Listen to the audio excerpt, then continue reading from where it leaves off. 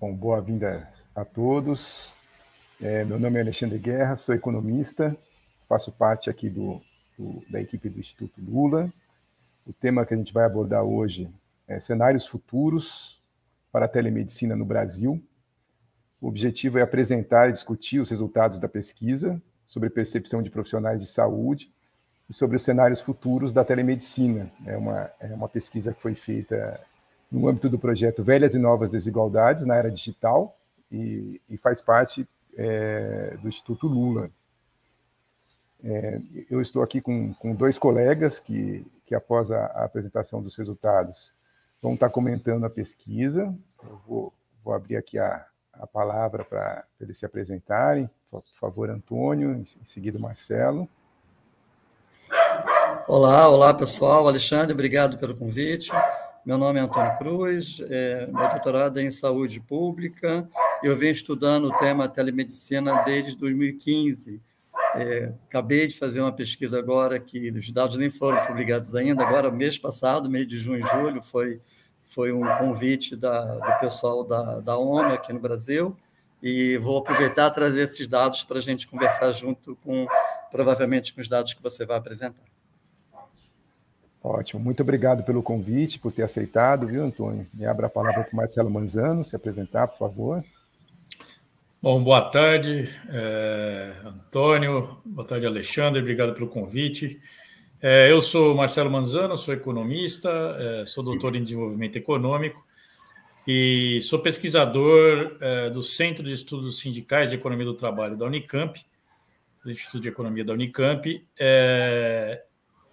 e onde tenho trabalhado numa pesquisa em parceria com a Fundação Oswaldo Cruz, com a Fiocruz, sobre o trabalho, né, o mundo do trabalho no complexo econômico da saúde e a sua relação com as novas tecnologias, com a indústria 4.0. Enfim, espero poder colaborar e acho um tema muito bom, agradeço a oportunidade de participar. Ok. Muito obrigado, Marcelo, por ter topado. Tenho certeza que vai ser uma boa discussão. Acho que do ponto de vista da dinâmica do nosso trabalho, eu vou estar apresentando aqui um PowerPoint, né, com os principais resultados, né? A gente destacou aqui alguns resultados da pesquisa. E aí, em seguida, eu vou passar a palavra para vocês estarem comentando, ok? Então, acho que podemos seguir. Espero que estejam vendo aqui minha tela, para falar um pouco da pesquisa, né, do contexto, dos seus objetivos. Então, como eu disse, a pesquisa integra o projeto de Velhas e Novas Desigualdades na Era Digital, né? Ele tem esse foco temático na telemedicina, mas o projeto como um todo ele tem uma visão mais ampla, né? Ele visa pesquisar os aspectos da transição da sociedade urbana industrial para a sociedade de serviços, hoje muito baseada na tecnologia da informação e da comunicação, né? E a partir daí também visa contribuir para a elaboração de políticas públicas, né? Como melhor pensar e desenhar essa realidade no futuro.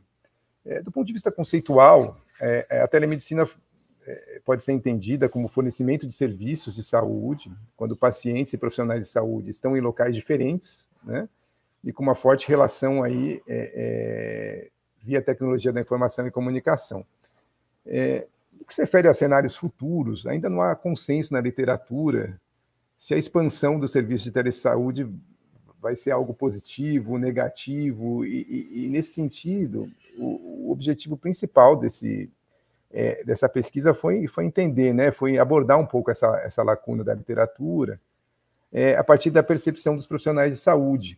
Então, entre a principal etapa da pesquisa foi investigar essas tendências que a gente tem hoje, né, e como que essas tendências que estamos enxergando hoje podem influenciar tanto positivamente como negativamente a sociedade que vai vir no futuro, né, que está sendo desenhada aí com essa forte influência, como eu disse, das tecnologias e também do setor de serviços.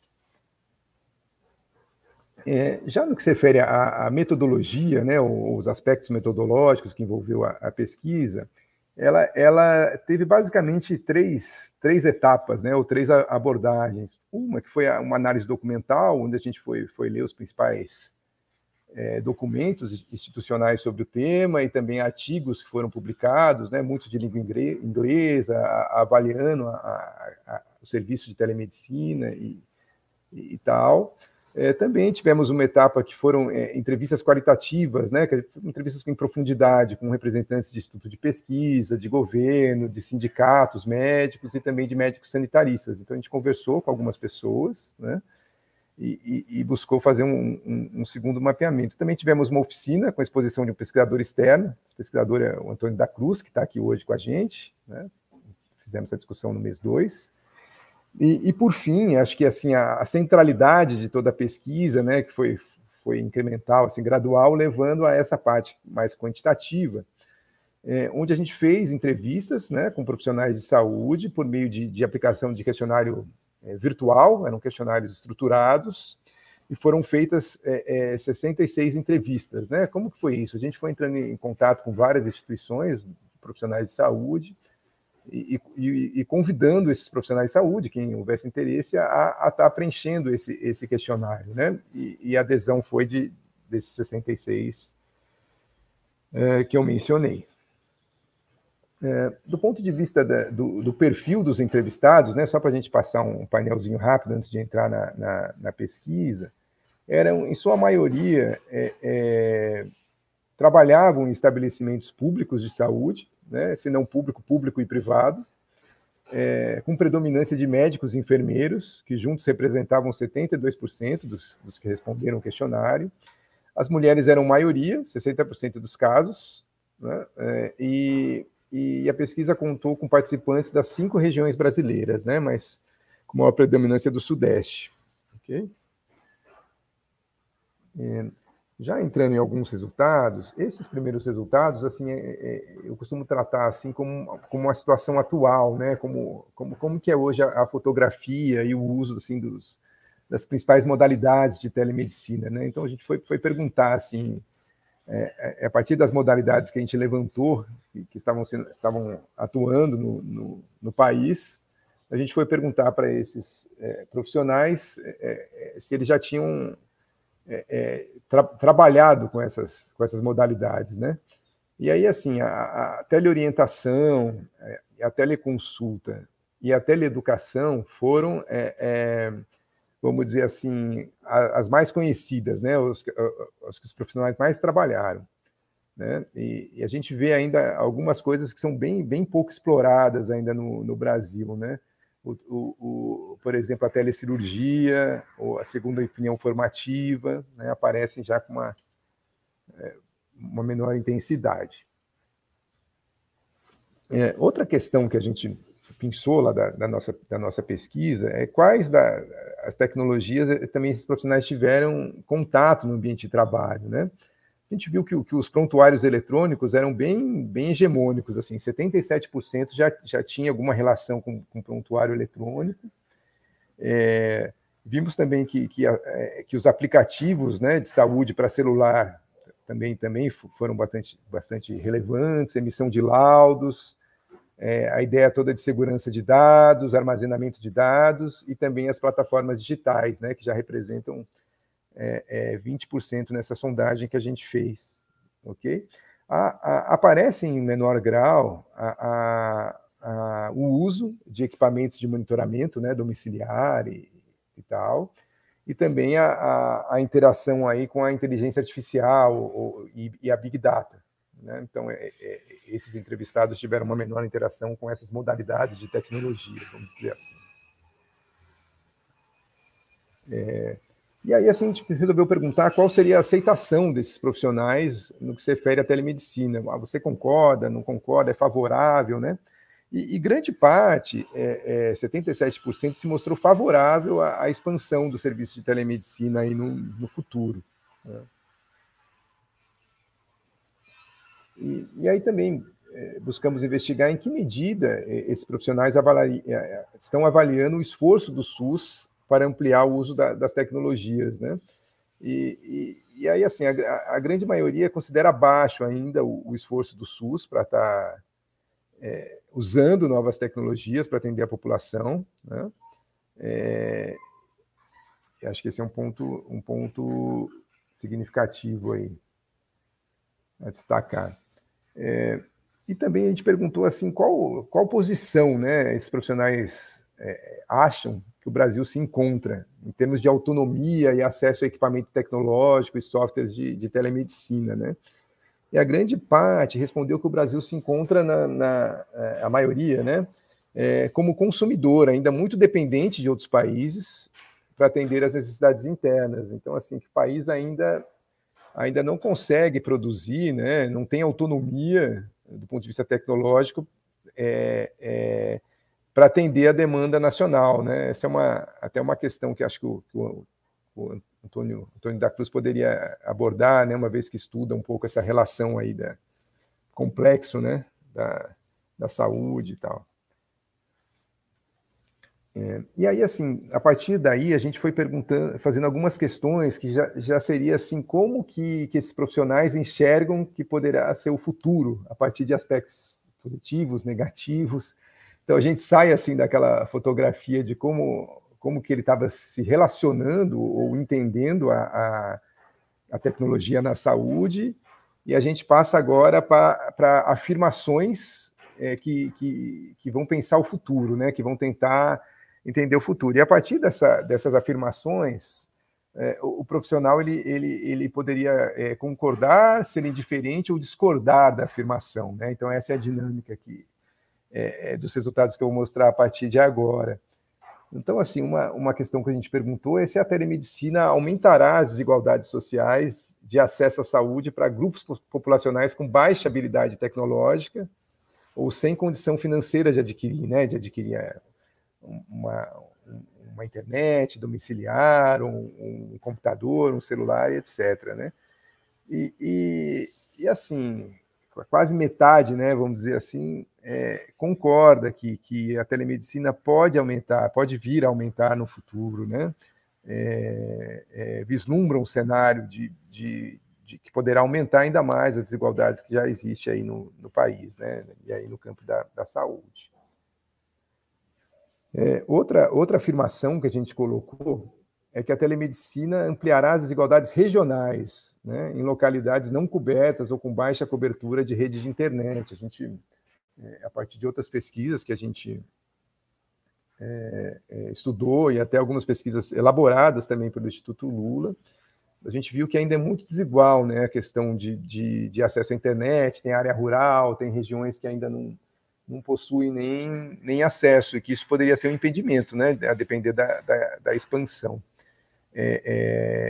do atendimento de saúde, né, via telemedicina. Essas duas questões das desigualdades, assim, eu acho que elas conversam bastante aí com o trabalho que o professor Marcelo Manzano está fazendo. Marcelo, fica à vontade, se você quiser comentar a esse respeito. E aí, assim, algumas questões positivas também foram perguntadas, né, foram afirmadas, para a gente ver como que seria o comportamento aí desses profissionais em relação a elas. Uma delas foi assim: a expansão da inteligência artificial, da Big Data, aumentará substancialmente a capacidade da produção de diagnósticos que serão feitos de forma mais rápida e eficiente no futuro. Ou seja, toda essa ideia, né, da inteligência artificial está atuando no auxílio, no subsídio de diagnóstico por imagem, um exemplo disso, né? E a grande maioria concorda, né? 65% concorda que isso vai contribuir para essa melhora aí nos diagnósticos, né?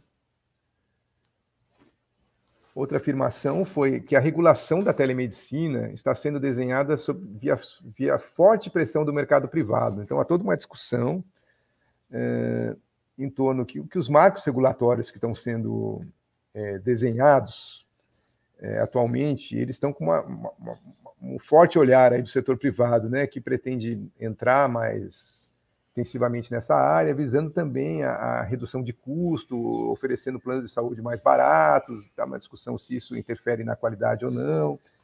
E a maior parte, assim, concorda que essa regulação está tendo uma pressão do mercado privado, né? Mas aí ficou já bem balanceado, assim, né? Tem um outro conjunto de quase 40% das pessoas que discorda, que acha que isso aqui não é bem assim, né?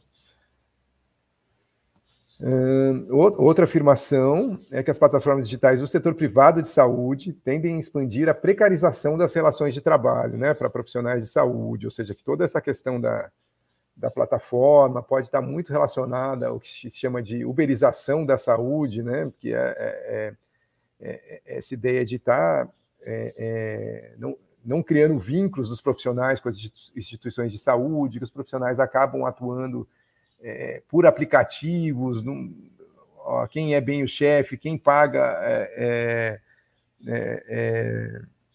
os direitos trabalhistas, como que fica isso, né? E grande parte concorda que pode haver uma precarização das relações de trabalho a partir das plataformas digitais, né? Outra afirmação que foi feita é que uma estratégia nacional relacionando a demanda do SUS, né, toda essa demanda por produtos, né, do SUS, pode fomentar o complexo econômico e industrial da saúde, promover, assim, sair da esfera do atendimento de saúde e pensar já numa ideia de economia, né, de geração de emprego e renda, então, que pode promover desenvolvimento econômico e empregos. E a maioria, 61% dos entrevistados, concorda com essa afirmação, ou seja, que se houver uma estratégia nacional relacionando, né, SUS e a demanda do SUS e a oferta de produtos, né, isso pode gerar desenvolvimento econômico. Outra afirmação que nós colocamos para investigar a reação dos profissionais de saúde foi que o investimento do SUS em telemedicina, se houver o investimento do SUS em telemedicina, isso aumentará a oferta de serviços de saúde para a população, em diferentes níveis de complexidade, né? E a maioria, quase 70% dos entrevistados também concordaram com essa afirmação.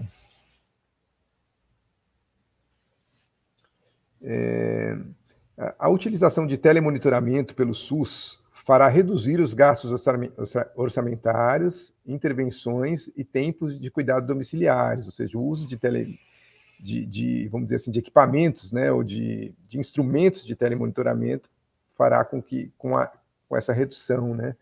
Essa, na verdade, foi até uma afirmação que a gente buscou no artigo do Antônio da Cruz, né, Antônio, se você puder comentar, acho que tem uma pesquisa aí que foi realizada pelo Antônio e colegas a respeito dessa, que aborda, né, essa afirmação.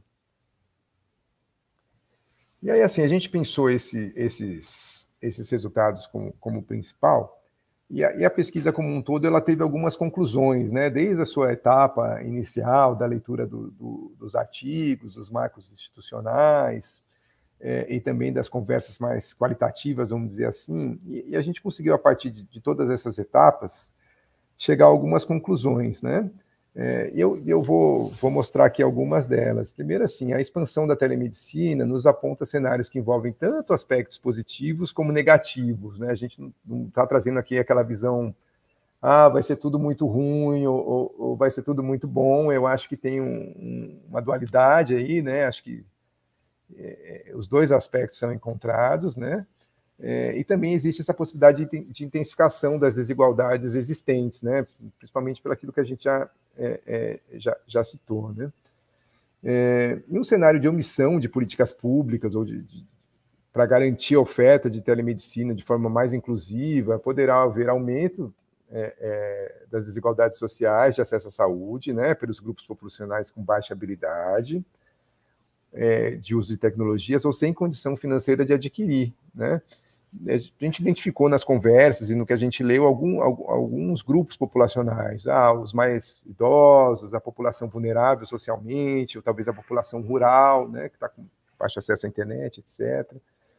Então, pode também aumentar a desigualdade regional em localidades não cobertas ou com baixa cobertura de internet, causar um desequilíbrio no atendimento da população também entre diferentes estabelecimentos de saúde, por oferecer distintos níveis de infraestrutura tecnológica ou treinamento dos profissionais que vão estar sendo atendidos, que vão estar ofertando serviços, né, para a população.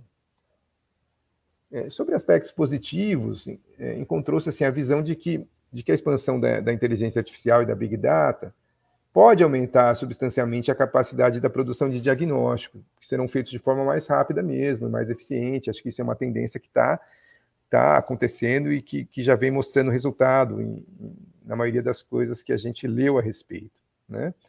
Há umas questões ainda em estudo sobre a aproximação da inteligência artificial e da biologia molecular, que há um potencial de criar, né, que estão chamando de xenobots, que são organismos vivos programáveis, que podem ser aplicados à medicina regenerativa, isso ainda nos campos de estudo, né?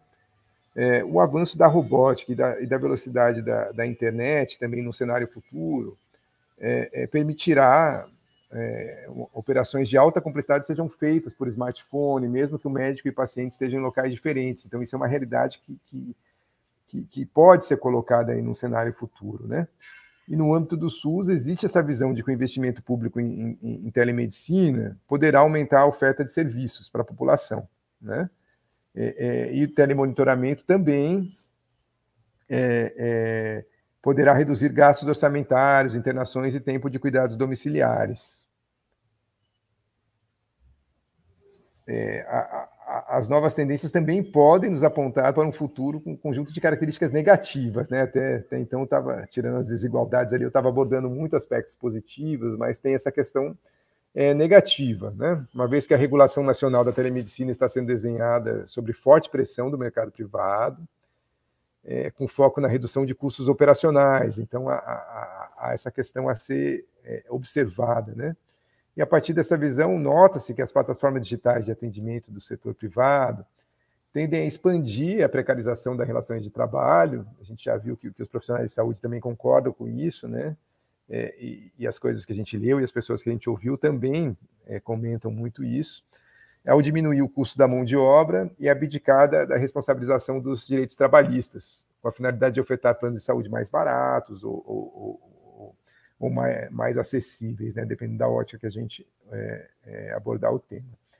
E, por fim, os avanços das teleconsultas também poderão reduzir a qualidade do atendimento, uma vez que compromete o que se diz de interação de ouro, né, da medicina, que é a interação face a face entre médico e paciente, né? Isso tendendo a diminuir. Com os profissionais que a gente conversou e algumas avaliações que a gente leu, a teleconsulta pode, de alguma forma, estar comprometendo essa interação, né? Então, assim, eu vou interromper aqui o meu compartilhamento para abrir a tela aqui para vocês.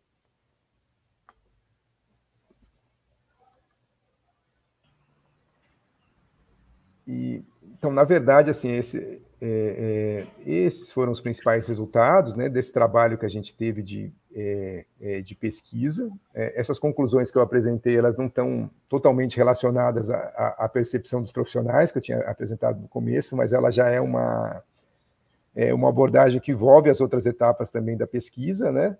E esses foram alguns, assim, achados, né? Lembrando, assim, fazendo todas as ressalvas, assim, que são cenários, né? São apostas que a gente pode ter para o futuro. Então, se isso vai acontecer, se não vai, mas assim, eu acho que esse trabalho é necessário para a gente começar a entender como que vai se desenrolar essa sociedade do futuro, né? E como as políticas públicas podem ser desenhadas para garantir inclusão, reduzir as desigualdades, aumentar o acesso, etc. Então, eu vou ficando por aqui para a gente poder abrir a discussão, né? Eu vou passar a palavra, então, para o Antônio Cruz. Antônio, fica à vontade para comentar. A palavra é contigo. Tá legal. Obrigado aí por compartilhar o resultado da pesquisa, né, com a gente.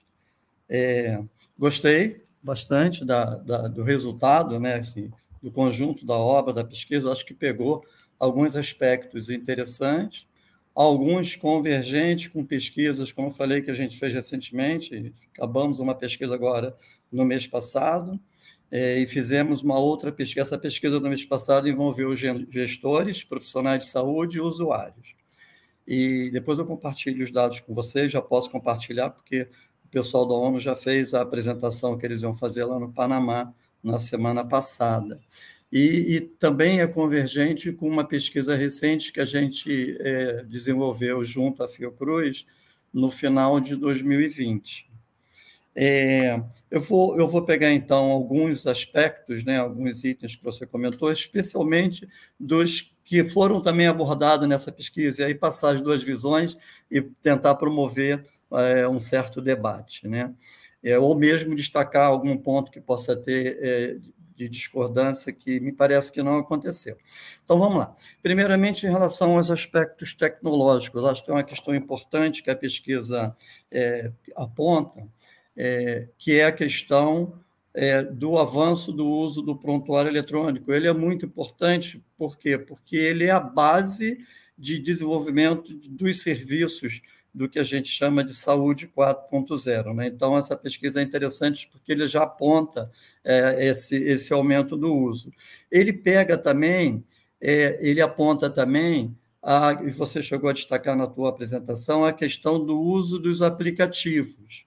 E aí eu queria chamar uma atenção que numa pesquisa recente que a gente fez, essa de 2020, ele apontava, tanto pelos profissionais quanto pelos usuários, que a experiência que as pessoas tinham com teleconsulta, no caso a pergunta era sobre teleconsulta e telemonitoramento, a principal tecnologia utilizada era o WhatsApp. E aí o que acontece? A gente acaba de ter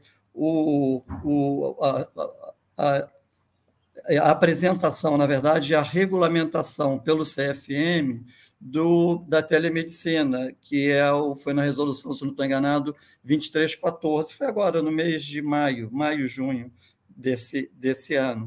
E aí a regulamentação toma um cuidado especial, corretamente, sobre a questão da privacidade e segurança. E aí, mais do que a gente vê efetivamente na ponta, né? Na ponta a gente vê os profissionais, tanto dos serviços públicos, quanto da saúde pública, quanto da saúde privada, utilizando o WhatsApp. Então, temos problemas aí em relação a essa questão tecnológica, né?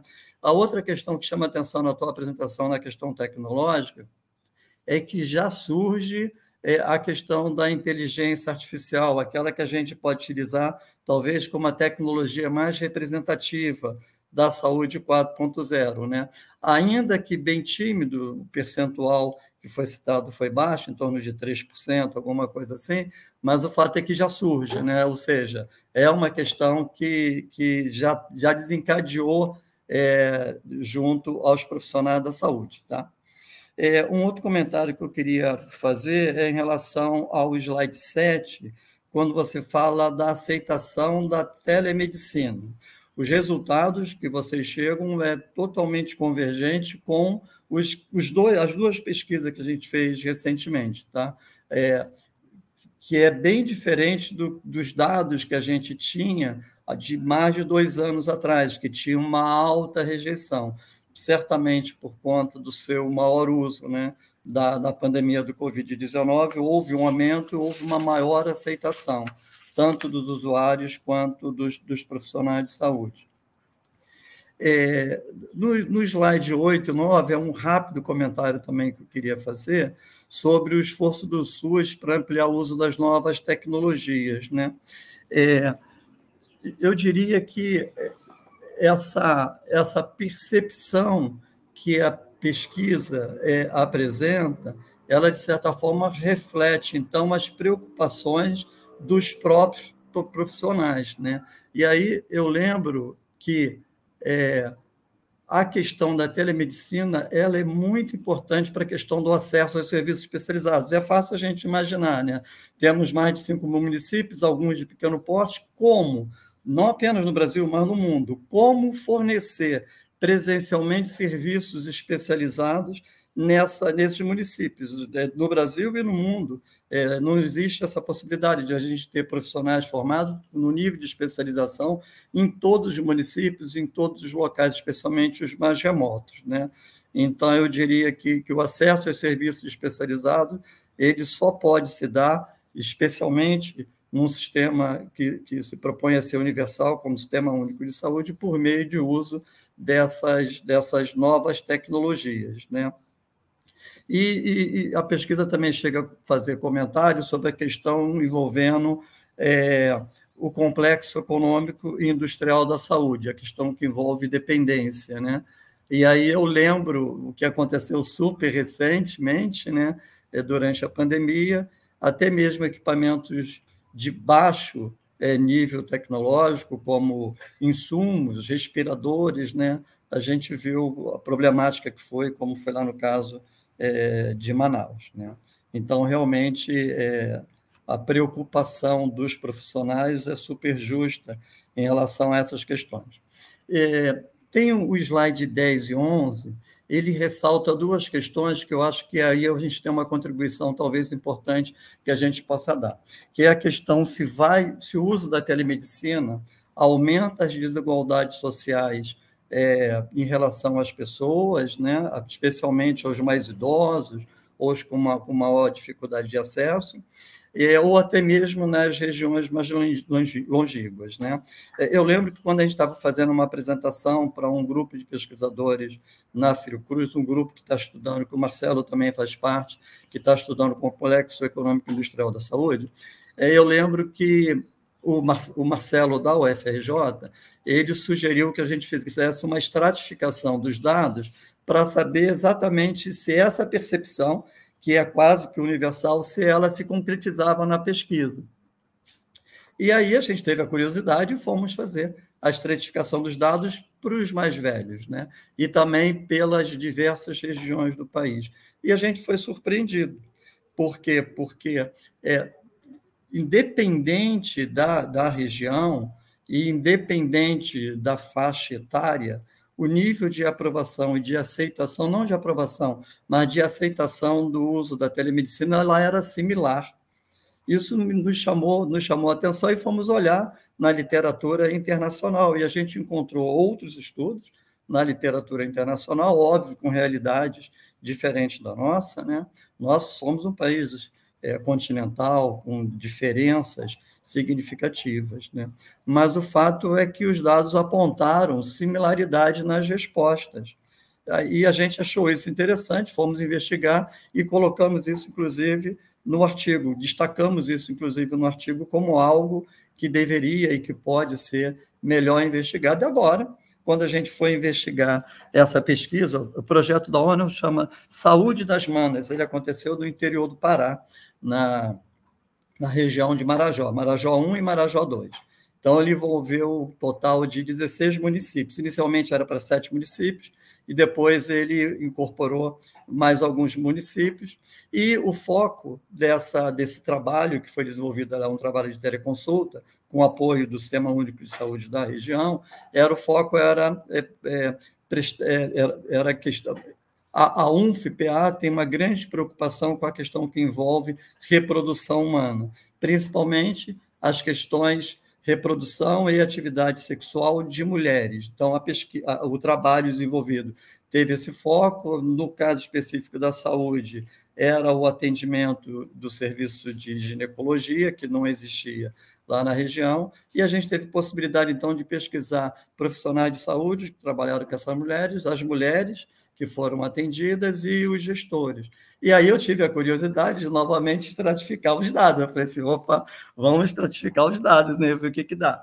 E, novamente, a estratificação mostrou que o nível de aceitação e de respostas ou de reprovação a algum item, ele era bastante similar, tá? A todas as faixas etárias. Pegar a faixa a partir de 10 anos de idade e depois, inclusive, maior de 60 anos. Tá? Então, acho que essa é uma questão que vale a pena destacar em relação à pesquisa. Tá? Outra questão em relação ao slide 13, que fala de regulação, né, desenhada para o mercado, uma pressão maior em relação a essa questão. Né? Todos nós vimos o que aconteceu no início de 2019 com a resolução 2227, na verdade, com a edição da resolução 2277, deu uma bela de uma discussão pelo CFM, né, deu uma bela discussão no meio médico. E por quê? Porque a resolução foi editada e apresentada pelos profissionais numa segunda-feira, mas no dia anterior, no Fantástico, o Hospital Albert Einstein apresentou lá, foi um programa sobre telemedicina, e o Albert Einstein apresentando lá um conjunto de serviços que ele estava prestes a oferecer, né? Ou seja, indicando claramente que o Albert Einstein, pelo menos, isso aí é público, né? O Albert Einstein, pelo menos, sabia com antecedência em relação à questão que envolvia essa regulamentação. É verdade, realmente tem essa questão, né, da forte pressão, e aí a questão é que precisa que se tome um pouco de cuidado na elaboração de políticas públicas, né, que possam atender a todos os interesses, aos interessados, né, mas principalmente o maior interessado, que é a sociedade brasileira, e que é muito dependente do Sistema Único de Saúde, como a gente viu, né, recentemente na pandemia. Tem uma outra questão que eu acho que eu vou fazer um pequeníssimo comentário, mas é do slide 15, mas eu acho que eu diria que o Marcelo vai estar mais gabaritado para falar, porque ele fala sobre estratégia do SEIS e o desenvolvimento tecnológico, mas principalmente de empregos, né? O Marcelo tem feito pesquisa nessa questão que envolve empregos, né? Então talvez fique mais tá mais preparado para isso, mas o comentário é que bom, né? E os profissionais de saúde ter essa percepção da importância de ter o complexo econômico e industrial da saúde mais bem desenvolvido no país. Que bom, né? Está faltando só mais 2 comentários, um sobre o slide 16, que fala sobre o investimento do Sistema Único em telemedicina, se ele aumenta ou não aumenta a oferta dos serviços de saúde, né? Eu diria que essa percepção dos profissionais de que aumenta, né? Eu diria que é para isso que as políticas públicas precisam ser construídas, né? Não apenas para políticas, a gente sabe que tem que atender interesse, né? Mas que atenda ao interesse maior, que é o interesse, novamente, da sociedade brasileira, né? E do Sistema Único de Saúde. Tem um comentário que eu não podia deixar de fazer, já que o Alexandre falou que o slide 17 fala sobre se o telemonitoramento reduz a questão de gastos orçamentários, e que isso utilizou, de certa forma, como base uma das pesquisas que a gente fez, né? Na verdade, essa pesquisa a gente utilizou, na verdade, reaplicou uma metodologia que foi utilizada no estudo americano, a gente utilizou dados, principalmente do DataSUS, né? E o resultado foi um resultado interessante, sob o ponto de vista de redução. Mas eu diria que a questão mais importante dessa questão que envolve o telemonitoramento são 2. Uma, eu vou levantar a bola de novo para o Marcelo. Uma é a questão da deshospitalização. Na medida em que você tem hoje disponível tecnologias que permitem você dar uma assistência melhor ao paciente na sua residência, todos ganham com isso, né? O sistema de saúde o sistema de saúde, tanto público quanto privado, reduz a necessidade de leitos, né? Para muitos desses atendimentos, especialmente para alguns doentes, doenças crônicas não transmissíveis, né? Ao mesmo tempo em que ele atende a essa questão de reduzir o leito, ele, então, disponibiliza, porque hoje tem uma falta de leitos significativa no país, né? Apesar especialmente que o Sistema Único de Saúde está crescendo a quantidade de leitos ao longo da sua história, né? O fato é que, então, disponibiliza leitos para os atendimentos mais graves, mas a outra questão que eu diria que é importante, aí é a bola para o Fernando, é que ele cria novos serviços, o telemonitoramento, além dele prover a deshospitalização e prover, por exemplo, um forte atendimento para a saúde preventiva, né, o que certamente vai retornar em ganhos importantes para a sociedade, ele gera uma expectativa de novos serviços que antes não existiam, né? E que vai exigir qualificação, por exemplo, de cuidadores de idosos, fornecimento de equipamentos em maior ou em larga escala para prover esse tipo de atendimento, que pode ajudar a desenvolver o complexo econômico e industrial da saúde, mas que, eminentemente, ele cria uma gama de novos empregos, né? Na medida em que a gente observa, e o Manzoni tem uma melhor bagagem sobre isso, a perda de alguns empregos exatamente por conta da tecnologia, o telemonitoramento, ele tende, pelo menos, a criar novos empregos. Tá? Para concluir, aí é super rápido, tá? Em relação a benefícios e riscos, eu acho que a conclusão que a pesquisa permitirá é justíssima, né? Em relação à precarização, eu diria que também que é justo. E terceira questão, que a pesquisa pontua, que é a questão do complexo econômico e industrial da saúde, né? Eu queria só destacar que é um trabalho que a gente vem fazendo lá junto ao grupo de pesquisa lá da Fiocruz, em relação ao complexo econômico industrial 4.0, é que realmente a saúde pode ser um dos motores para o desenvolvimento nacional. Ele tem todos os elementos para isso, tem uma grande problemática, que é a questão da demanda social e da demanda da saúde. Nós temos, ela é portadora de tecnologia do futuro, nós temos uma boa base científica, nós temos o Sistema Único de Saúde, né, com o seu poder de compra.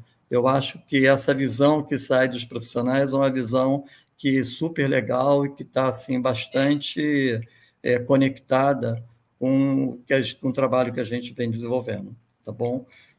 No geral, é isso. Muito obrigado aí, Alexandre. Obrigado, Antônio.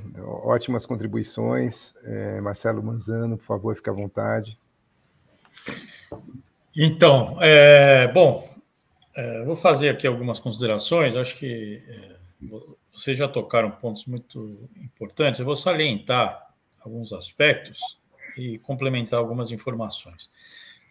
Primeiro, para começar, assim, né, isso que o Antônio estava falando agora, quer dizer, o setor, o complexo econômico da saúde, ele a meu ver, hoje, por uma série de razões, o principal complexo de atividade econômica, porque ele não é só um motor para o crescimento econômico, para o desenvolvimento econômico, portador de capacidade de alavancagem da economia, acho que é o mais forte. Mas, além disso, em primeiro lugar, ele produz bem-estar e saúde para a população, né? E tem qualidades muito interessantes, assim, quando a gente vai analisar o que significa esse complexo em suas várias dimensões, né? Em primeiro lugar, ele é altamente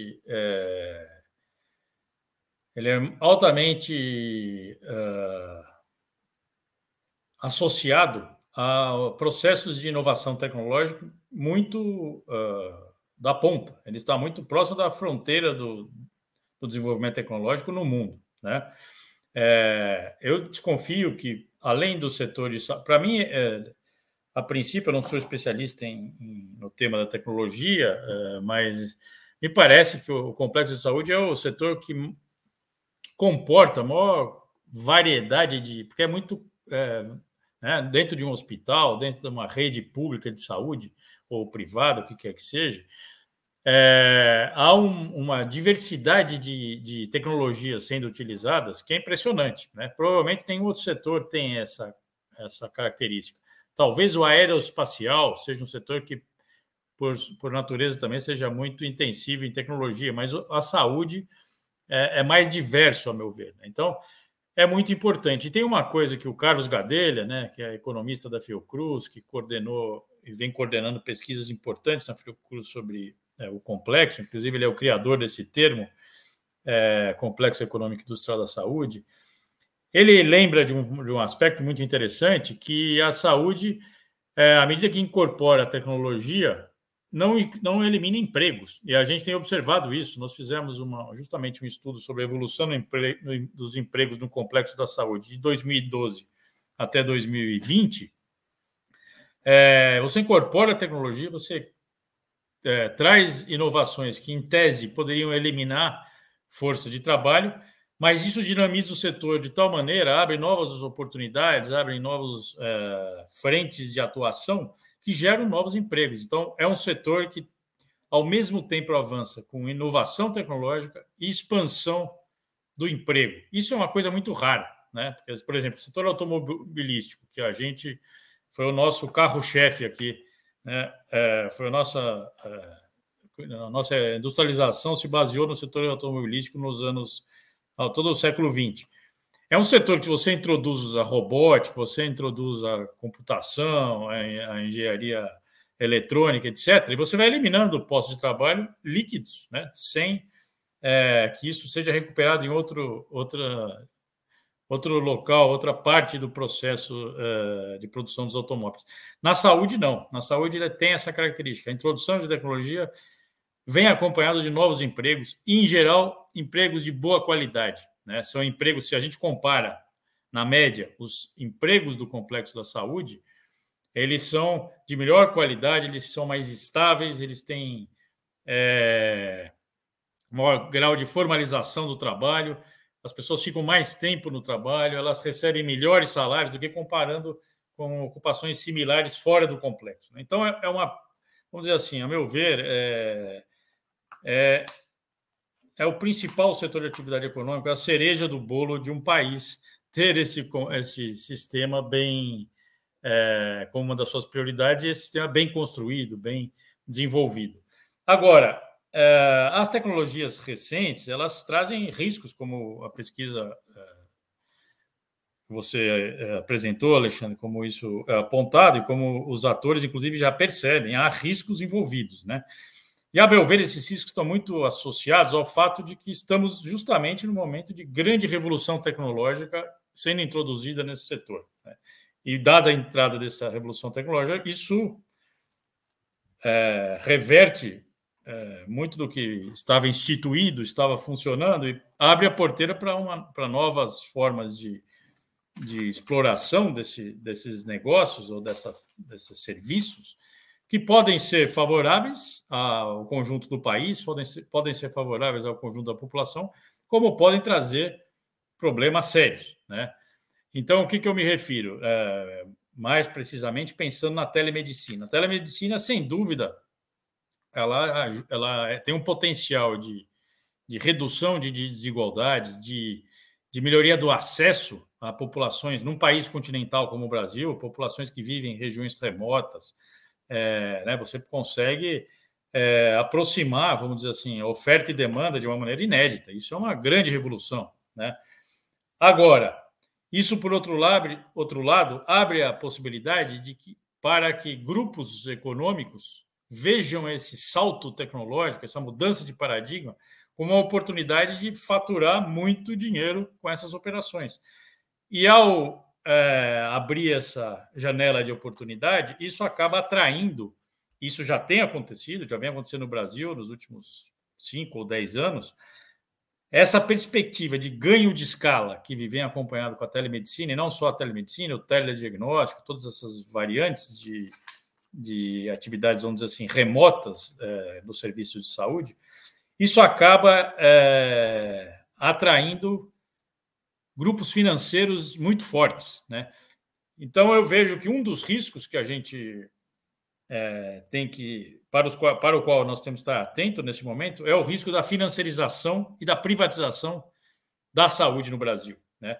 Porque blocos de interesse muito pesados estão entrando, e eles não estavam tão interessados como estão hoje, há 15 ou 20 anos atrás, né? Agora a gente vê, por exemplo, né, apenas a título de ilustração, tem um grande hospital de São Paulo, um dos mais importantes do país, não vou dizer o nome aqui, mas que acabou de... Era um hospital de elite para a sociedade brasileira, enfim. Né? E esse grande hospital resolveu fazer um plano popular para atender a classe D e E, né? Qual é o segredo do hospital? Ele está usando o seu marketing, a sua marca, né, para vender telemedicina a um custo muito barato para trabalhadores, pessoas, famílias da classe C e D, D e E, né, a um custo de R$ 29 por mês, desde que a pessoa assine um plano anual que ele faz atendimentos online. Tem, claro, um pacote muito limitado de acesso de serviço, mas faz atendimentos online pelo celular. Então, isso e quem apoia essa iniciativa foi a fusão deste grande hospital paulista com um fundo de investimento estrangeiro, né, um capital financeiro que entrou viabilizando esse negócio. Então, eu acho que esse é o grande risco que se coloca hoje,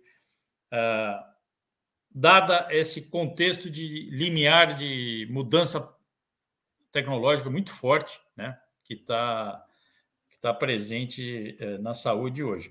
Isso nos faz lembrar, ou nos remete à importância de que esse processo de transformação, esse salto de paradigma tecnológico na saúde, tenha o setor público, né, como principal articulador desse processo, né, para zelar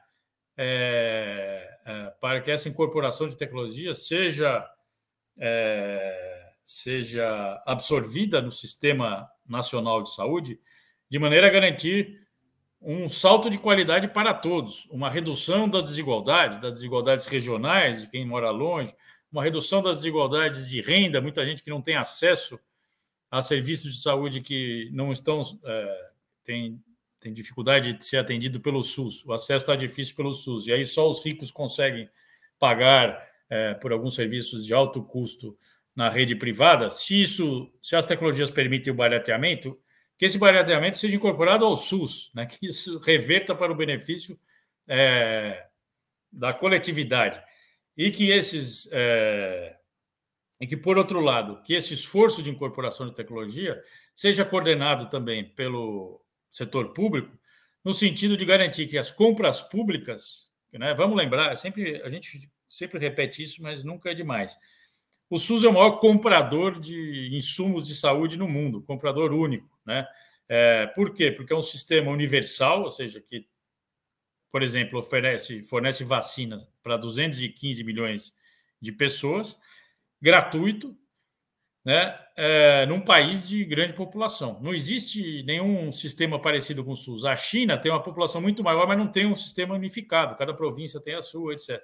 Os Estados Unidos tem uma população maior, mas o sistema é privado, o público é residual. Então, o SUS tem uma capacidade de dinamizar, né, através do seu gasto, de determinar desenvolvimento econômico, de determinar desenvolvimento tecnológico, como nenhum outro ator no mundo em relação ao tema saúde, né? Nós temos que usar isso a nosso favor, né? Então, é preciso, dado esse momento, repito, dado esse momento muito nevrálgico de mudança de paradigma tecnológico, mais do que nunca, é importante que isso seja liderado, né? Não estou defendendo, podemos até defender, mas não é o caso que seja um sistema exclusivamente público, mas o setor público tem que estar na liderança desse processo, né? Tem que coordenar esse processo. Pode haver parcerias com o setor privado, mas é preciso garantir que esses avanços produzam resultados, acesso à saúde para toda a população e não apenas para aqueles que podem pagar ou para aqueles que não podem pagar e terão um serviço privado de baixíssima qualidade de R$ 29 por mês, substituindo o médico por um aparelho celular. Então, acho que é um pouco essa a grande questão a se colocar. A importância do Estado, né, entrar liderando esse momento de avanço da saúde, do complexo econômico e industrial da saúde no país. O Estado brasileiro tem grandes condições de fazer isso, mostrou com todas as dificuldades que tivemos, com um governo que jogava contra, mas mostrou, por exemplo, a Fiocruz, né, é um caso emblemático, né, o sucesso da Fiocruz na produção da vacina, do Instituto Butantan. Quer dizer, a gente tem capacidade, temos capacidade de gestão, temos capacidade produtiva. É claro, nos últimos anos foram, né, nos últimos 30, 40 anos, fomos perdendo alguns elos importantes da cadeia produtiva da saúde, mas temos como recuperar isso. E, mais uma vez, se temos o SUS, é a principal motor desse processo, porque ele pode direcionar os seus gastos para reconstruir esses elos das cadeias. Eu queria falar um pouco das plataformas também, das plataformas de trabalho, que eu tenho me dedicado um pouco a isso, as plataformas digitais, né? Esse também é um risco que se coloca ao setor, eu acho, né? Associado a essas estratégias das empresas e dos bancos, das instituições financeiras, né?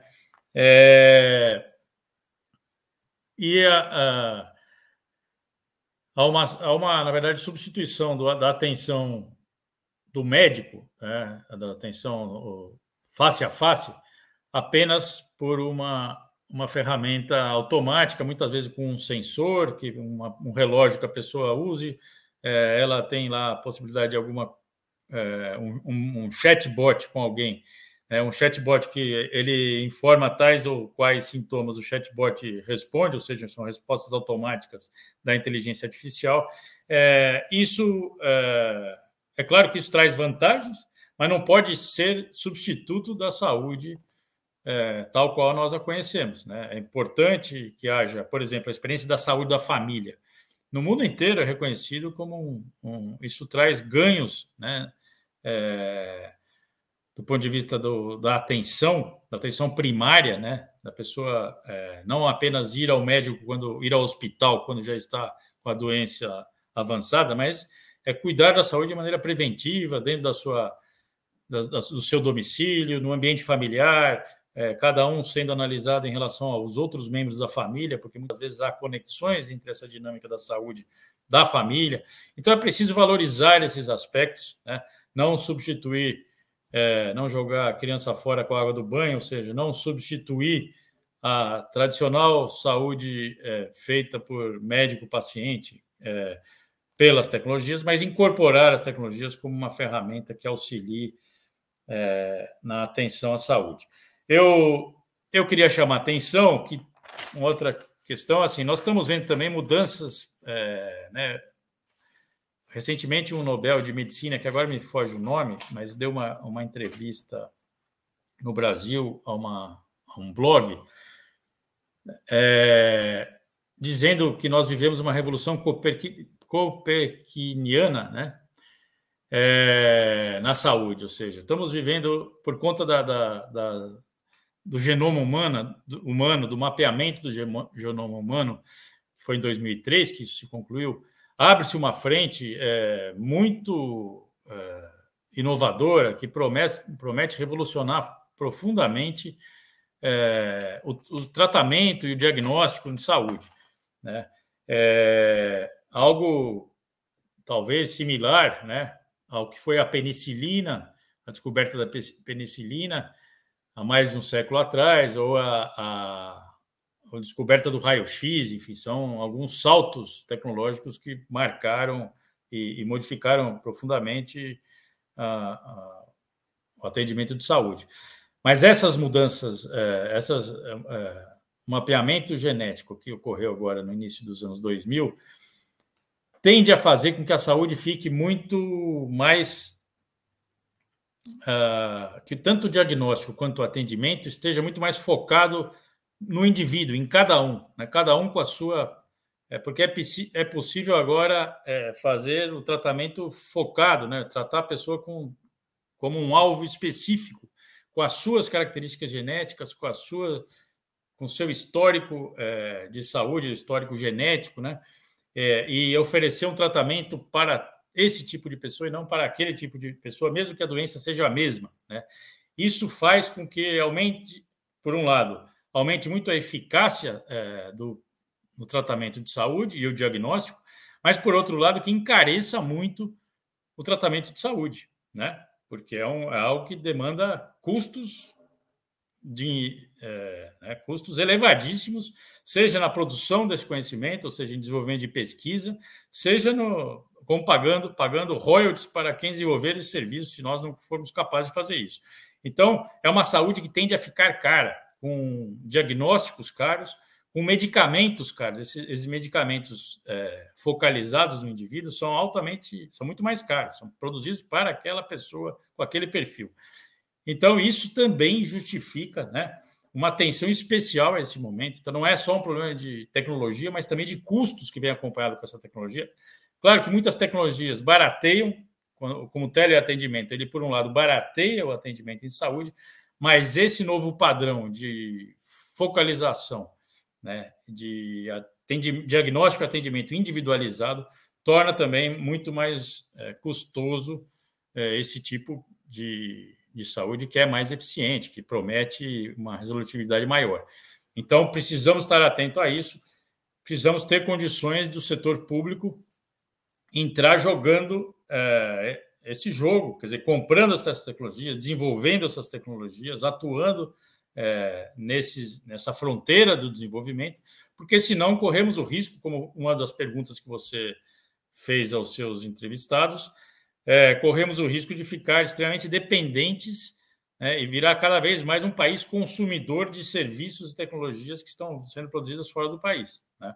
Isso é muito ruim. A gente já tem um balanço comercial muito desfavorável na área de saúde. Ele tem crescido, o déficit comercial do setor de saúde tem crescido na última década, né? Nós precisamos reverter isso. A única maneira é produzir conhecimento, é produzir pesquisa aqui mesmo no nosso país. Então é isso. Eu acho que é um momento de muita atenção, muita potência, muita potencialidade, né? Podemos verificar grandes transformações, mas isso exige também muita atenção e um papel destacado do setor público, seja como regulador, seja como promotor do sistema de saúde. Acho que é isso, Alexandre. Obrigado. Obrigado, Marcelo. Uau, fiquei muito contente aí com os comentários, né? Acho que foi abordado vários temas significativos, desde a questão da relação, né, setor privado, setor público, a aceitação da telemedicina, o processo de financiarização, o que as plataformas digitais, né, que estão chegando em peso aí no Brasil podem deixar como consequência do que vem sendo feito, toda a questão do complexo industrial da saúde, a relação com empregos que podem ser gerados. Então, na verdade, acho que assim, enriqueceu e essa discussão enriqueceu e contribuiu muito para o debate, né, do que podem ser os possíveis cenários futuros da saúde. A gente está chegando aqui ao tempo estimado, né, nossa atividade. Então, assim, eu estou agradecendo aqui muito a participação de vocês, ter disponibilizado o tempo, né, em nome do Instituto Lula, e ter contribuído aí para a discussão, tá bom? Sejam sempre bem-vindos e seguimos juntos aí nessas pesquisas. Um abraço. Eu que agradeço. Tchau, tchau, pessoal. Um abraço. Obrigado, um abraço. Um abraço. Tchau, tchau.